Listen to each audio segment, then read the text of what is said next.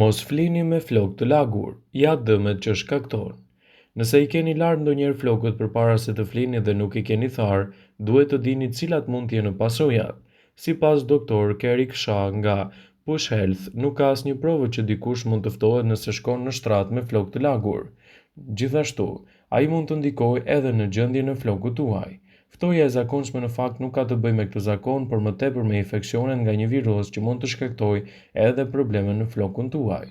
Viruset hyjnë në trup përmes hundës, gojës dhe syve dhe përhapen përmes pikave në ajër, por në disa raste nëse shkoni me flokë të lagur, në jashtëgun tuaj mund të jenë mbledhur kështu zbog, dermatite ose edhe probleme të tjera të yndyrës së fytyrës.